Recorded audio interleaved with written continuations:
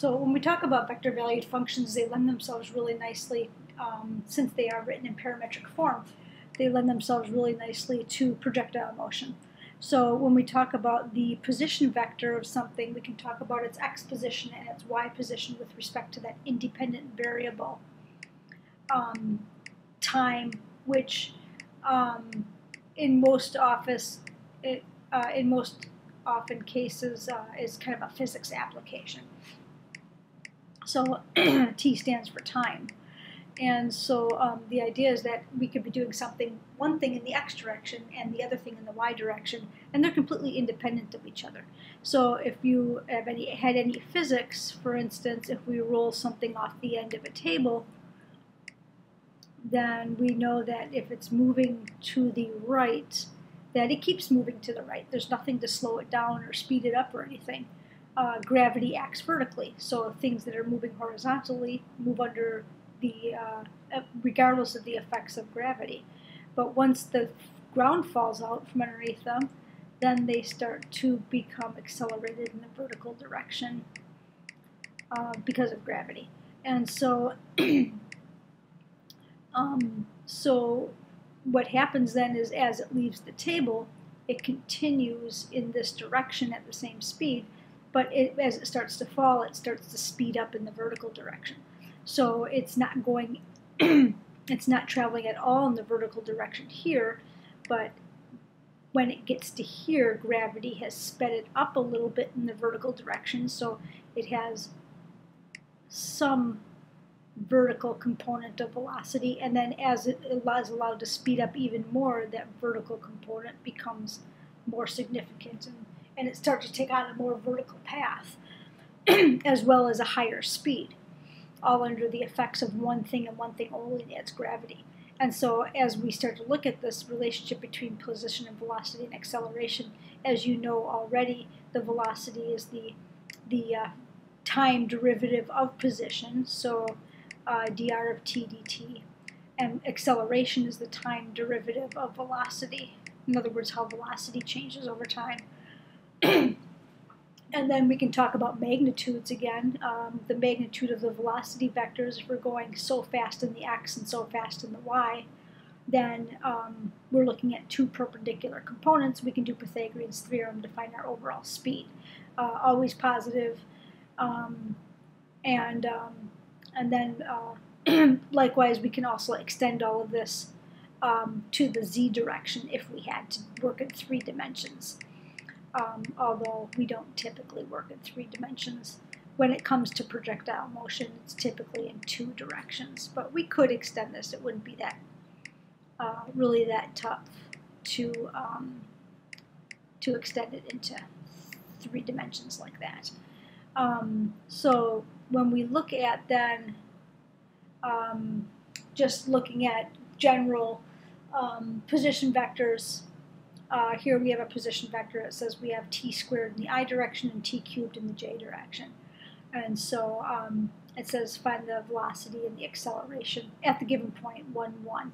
So if we look at this, 1, 1 is this point right here. And so if we found the velocity at that point, that's taking the derivative of the position. And so if we think about this, just what we know in terms of derivatives, we know that the derivative is the tangent line. So this velocity vector better lie along the tangent line at that point. And so taking the derivative, we have 2t.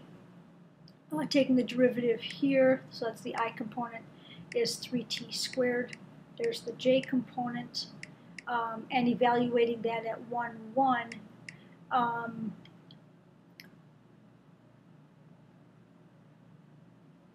in other words, when we look at this, this is the Cartesian xy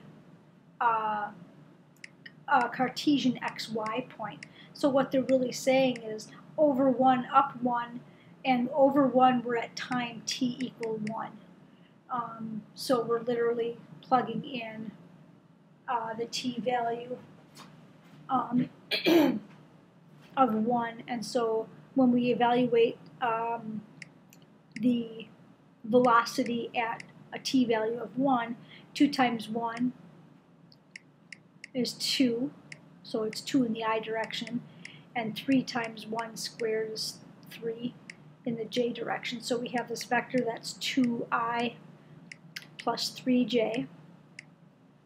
So if we start at this point and have a 2I and 1, 2, 3j, we have something that looks kind of like that. So we get kind of that idea of that tangent, that vector being tangent to the position curve at that point. And then we can find the acceleration by taking the derivative of, we can call it the first derivative of the velocity. We can also call it the second derivative of the position, however you want to call it. So here's the velocity vector. Taking the derivative of this, we get 2I, and the derivative of this, we get 6tj. So what is that saying about acceleration? Well, this is a constant. So our x component or our I component acceleration is constant. Our j component is linear, but it is changing. It's linear. And so if I evaluate this to find my acceleration at 1 second, it's going to be 2I plus 6j. And so if we draw that acceleration vector, 2I plus 6j would look like 1, 2, 3, 4, 5, 6.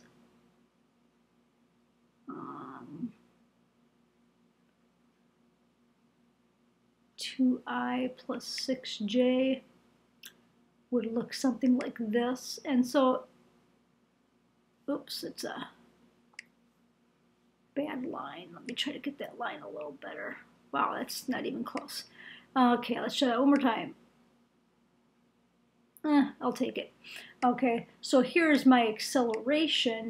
And so what is this acceleration really telling you? It's really kind of telling you the direction it's curving, if you kind of think of it that way. So here's our position curve. This is our r of t, so to speak. That's our position function. Our tangent is our velocity function, and since we're curving more vertically, our acceleration function, our acceleration vector, is on the inside of that curve. It's kind of showing you, it's kind of dictating that that curve is getting more vertical. If this curve was getting flatter, then we'd see the acceleration vector over on this side. So that acceleration vector kind of gives you an indication of how that curve is going to progress. So looking at this position vector, we see 3 cosine ti, 2 sine tj. We see this parametric expression for an ellipse with a major axis of 6 and a minor axis of 4. Remember, the major axis is the 2a and the minor axis is the 2b.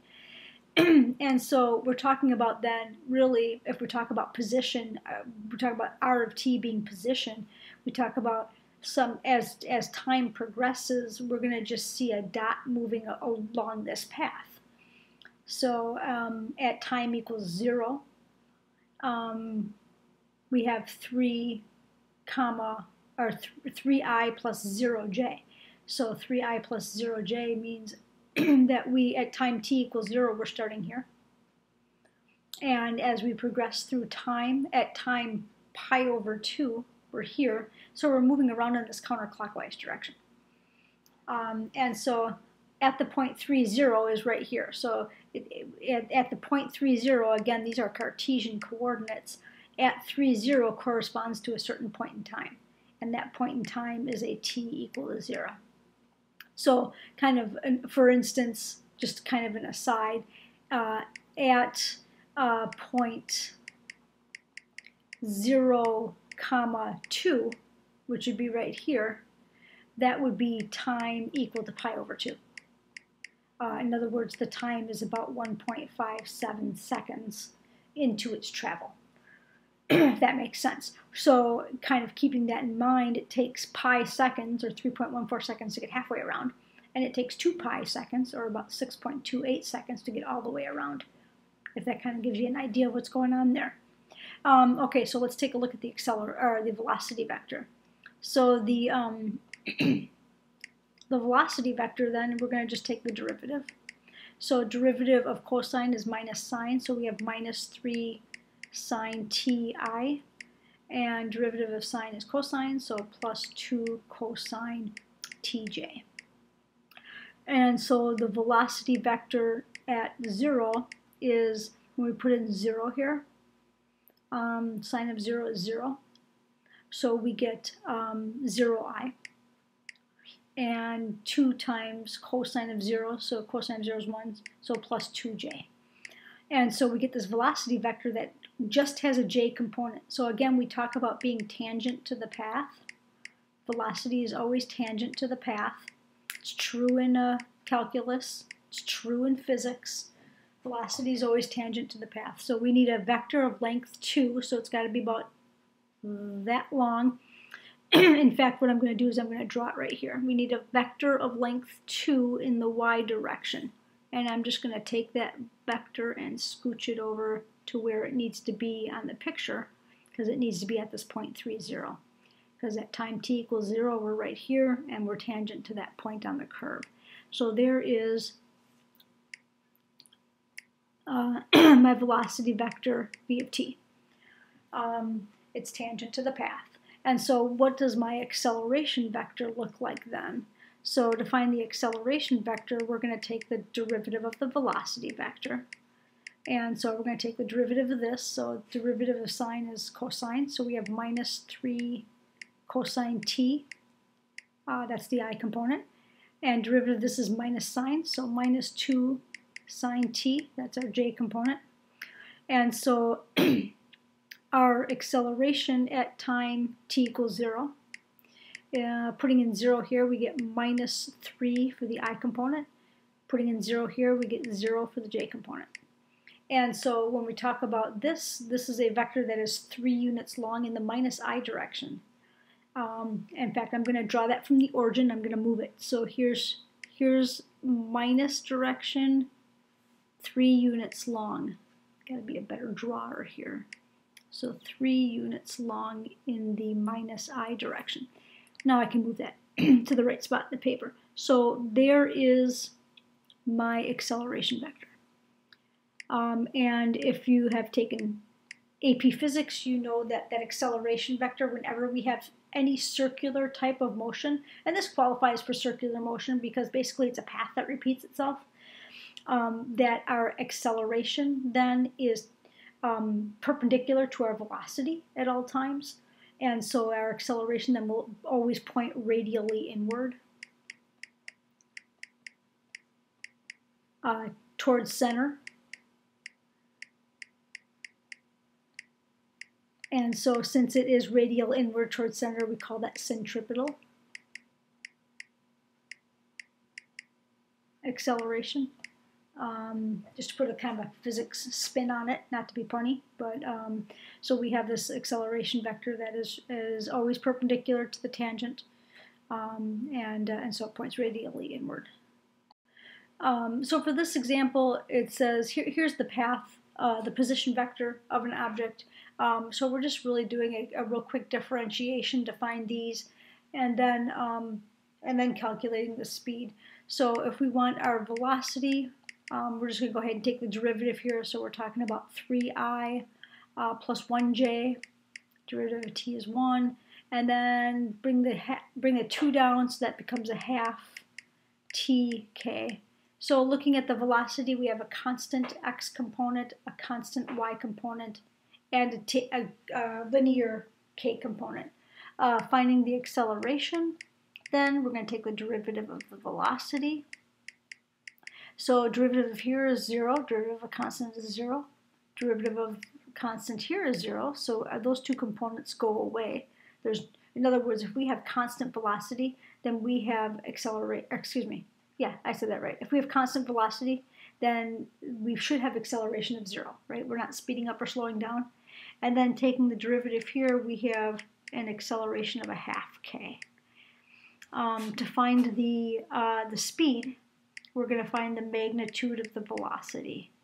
So we're talking about doing Pythagorean's theorem on this. So we're talking about then 3 squared plus 1 squared plus 1/2 t squared. And so we're looking at 4 plus 1 is 5, and then 5 plus 1/4 t squared is our length of our vector. So in other words, if we had constant velocity for all 3 components, then we would have a constant speed. Does that kind of make sense? If our velocity is constant, that means we're not speeding up or slowing down, and we're not changing direction. So if we're not speeding up or slowing down, then our speed should say one value. But we don't have constant speed. We have a k component that changes. It's linear. It's getting faster as time increases. So we have this component here that's squared. So we start out at the square root of 5 meters per second, let's say. After a second, we have 5.25 that we have to take a square root of. After 2 seconds, we have 5 plus 1. So we have 6 to take the square root of. So we have this speeding up effect because of that k component, because of that changing velocity component.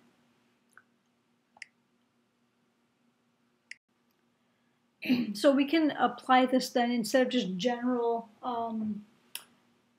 motion on a coordinate plane, we can apply this to projectile motion. So things under the influence of the gravitational force. And so if it's under the influence of a gravitational force, then it's under the influence of gravitational acceleration. And so we can start with the acceleration vector. And when we're talking about projectile motion, we're talking about this idea of taking something and launching it and watching it as it takes its path and then comes back down to some elevation. Maybe it comes back down to the elevation it starts at. Maybe it stops here because it runs into a hill or something. Maybe it continues through the ground because there's a hole in the ground or something. Who knows? But we have this parabolic path. And so if we start with the acceleration, we know that the gravitational acceleration, always pulls things vertically downward. And so we have this acceleration that is in the negative direction, downward. Downward is the j component, and it's a constant. And the constant we give the variable g to, and that g has one of 2 values. If we're in the metric system, it's 9.8 meters per second. If we're in the English system, it's 32.2 feet per second squared in both cases. This is kind of a physics thing. We deal with the metric system in physics. This is kind of a calc thing. They still kind of cling to that English system in calculus for some reason. So how do we get to here? That's the question. So we get to here by integrating. If we have an acceleration function in a of t, and I'm gonna elaborate on this. This is really 0I minus gj, and we integrate that to get our velocity function. Then we integrate 0 to get some sort of constant, c1i, and we integrate this to get minus gt, because g is a constant, so integrating a constant gives us a g times t plus a c2j. And so what do the c1s and c2s end up being? Well, the c1 ends up being this x component of velocity. So if this is our launch velocity, then c1 is saying, what is my velocity at the beginning? And my velocity my x component at the velocity at the beginning is this VO cosine theta. And my y component at the beginning is this VO sine theta. So, so that being the case, then the velocity vector, or the velocity function, looks like VO cosine theta I. And then we rearrange, typically we rearrange this to say plus VO sine theta, that's the C2, minus GT in the j direction. And so that becomes our vector valued function for velocity. And then when we integrate this one more time to get our position function, we're going to integrate this and get VO cosine theta times t. So here's that component. And I'll explain why this doesn't have a constant in a second. And then when we integrate this, we're going to get VO sine theta t minus 1/2 gt squared. So here's the VO sine theta t minus 1/2 gt squared. And then this has an initial condition, an initial height. This doesn't, the initial condition here would be the initial x value. And we usually call the x initial 0. So in other words, we start counting from here and we count out in the x direction. We call this 0. This initial height, h initial, a lot of times is 0, but sometimes it's not. Sometimes we launch something from a launcher that's above the ground. So that's how we get this vector valued function. So if you're in physics, you might recognize this as your x sub t, and you might recognize this as your y sub t.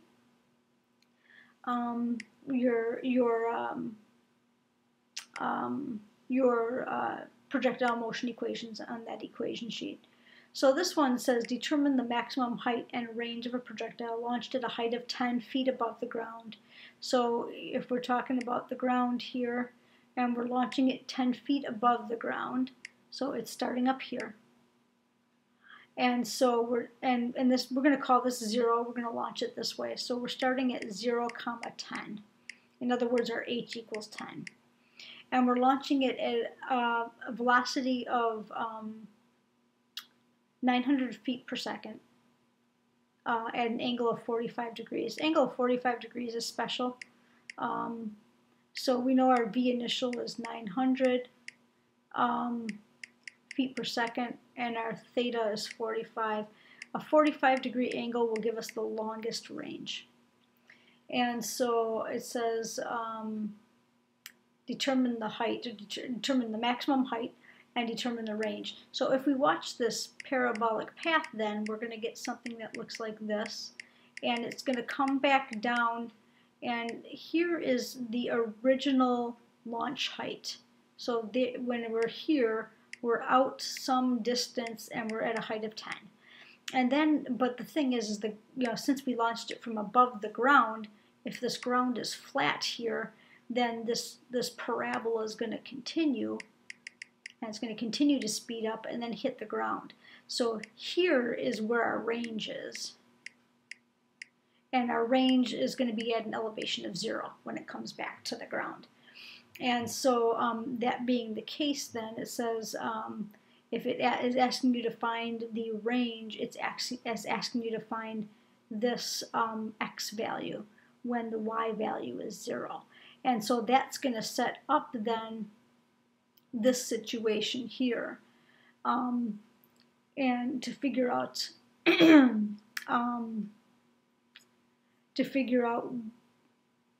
where how long it takes to get back to an elevation of 0, basically is what it's saying. And so we're going to look at this j component. This j component is h plus VO sine theta t minus 1/2 gt squared. And so if I'm down here where it hits the ground, I'm at an elevation of 0. My h is my initial height, so this is 10 plus 900 sine 45 times t minus 1/2 g. So we're talking about feet here, so half of this is 16.1 t squared, and where is that equal to 0? So this gets kind of complicated because we have a quadratic here, and it's not pretty to solve by hand. So I don't recommend that you do solve it by hand. I recommend that you grab your graphing calculator and solve it that way. We always are looking to use our graphing calculator to make our job easier, and we can definitely do that here. So I'm going to go ahead and graph this. I'm going to go ahead and graph 10, and before I get too deep into this, I want to be sure I'm in degree mode, because I've got 45 degrees there that I have to evaluate. Okay, so 10 plus 900 sine 45, t is our variable, minus 16.1 t squared. And I want to know when that is equal to 0. So I want to find a 0, is basically what that's amounting to. So if I go ahead and graph this, and in the standard window, we're not going to see much. So I'm going to do a window. There we go. No, I'm going to do a zoom fit just to get everything here, because 900 feet per second is really fast. Okay, and so we start to see this parabola. And of course, negative time, not too important. So I'm going to get rid of the negative, put that 0, put our x max at like 2000, put our y min at 0, and let's just graph that and see what we got there. Okay, so now we're really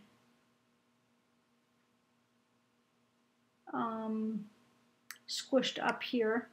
What do we have here? 10, 900 sine 45 times x minus 16.1 times x squared. Okay, so I'm going to go ahead and adjust this to maybe a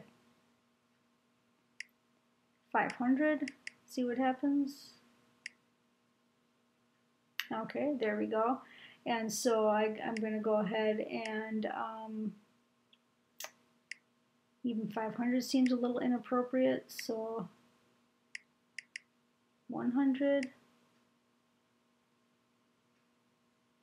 Okay, so now we're getting to closer to what this is here. So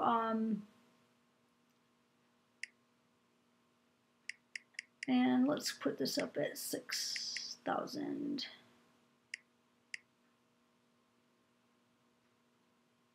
We're getting a little better. And so so we can see that we have an initial launch height. If we go back to that equation,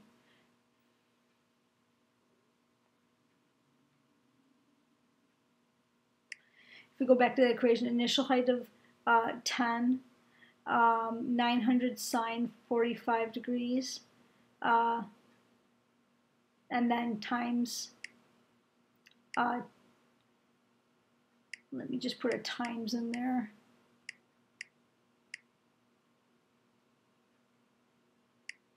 times x, and then minus 16.1 times x squared times x squared, okay, times x squared. And so we're looking at then this getting back to an elevation of 0. How much time did that take? So I want to just go ahead and calculate a 0 here. So we're going to calculate the 0, and we're going to take a while to get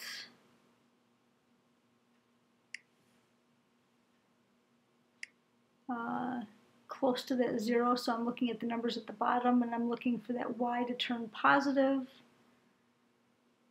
It's getting there. There we go. So we're going to go ahead and enter the first bound and the second bound and calculate that 0. And that 0 is at 39.54 seconds. So there is that 0. So we have a t-value of 39.54 seconds. And so we know that after 39.54 seconds, we are back at the ground. So how far out are we? We're going to go back to this component now, and we're going to find that that range, that x value, and that is VO cosine theta times that time. So we're going to go ahead and put in 900 cosine 45 times times that time of 39.54 seconds. Okay, so if we evaluate that in our graphing calculator, then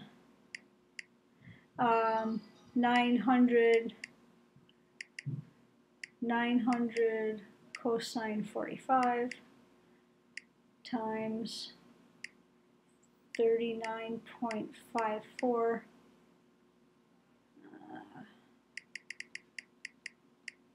close that bracket, times, here's my times, there we go, times 39.54 seconds. So we are out there at 25,163 feet.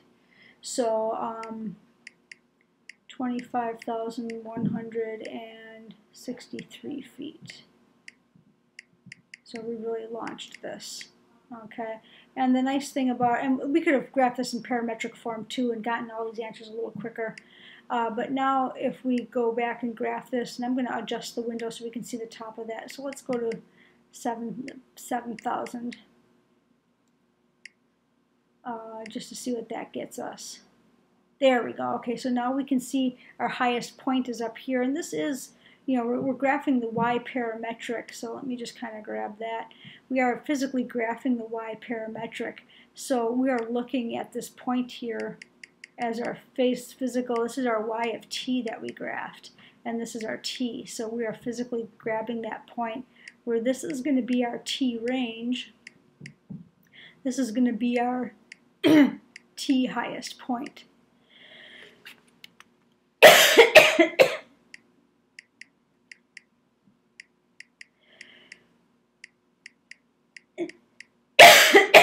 So going back here then, using our graphing calculator functions, I can just go ahead and calc our maximum here, and that will give us that point there. So I'm going to get that, get close to that maximum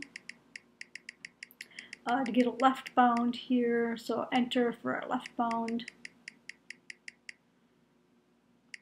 Enter for our right bound. Our guess can just be the same number, and that's going to grab that vertex there. So that vertex then here is at 19.762.98.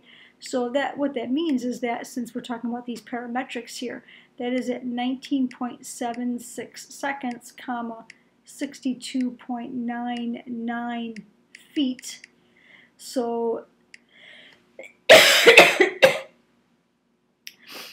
our y max then is literally just that, it just gives you that answer. It's 62.99, or not 62.99, 6,299 feet in the air, and that occurs at a time of 19.76 seconds into the trip.